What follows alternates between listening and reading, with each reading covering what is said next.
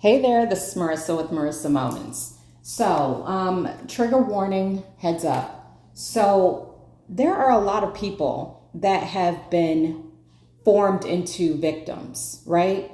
They experience trauma at an early age. They don't know how to process it, or maybe they've tried to tell people about their trauma, and it was never acknowledged.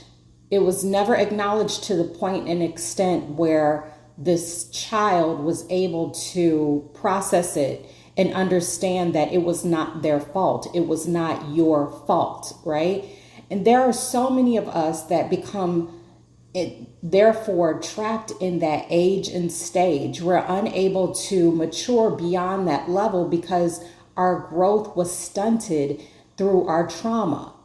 Now, what I receive is that regardless of what age and stage you were at when the most harshest trauma, as you perceive it, has happened to you, if you weren't able to process it, if you weren't able to vent it out and share it with someone that you trusted, someone who was an ally, someone who had your back and supported you, especially the younger you are, the more important that this was, then that's where you are stunted in your progression, right? Maybe you have immature tendencies. Maybe you get along better with people that are much younger than you. Maybe you just can't relate to people that are in a mature space because you're not there yet, because you weren't allowed to grow into that fully realized individual, right?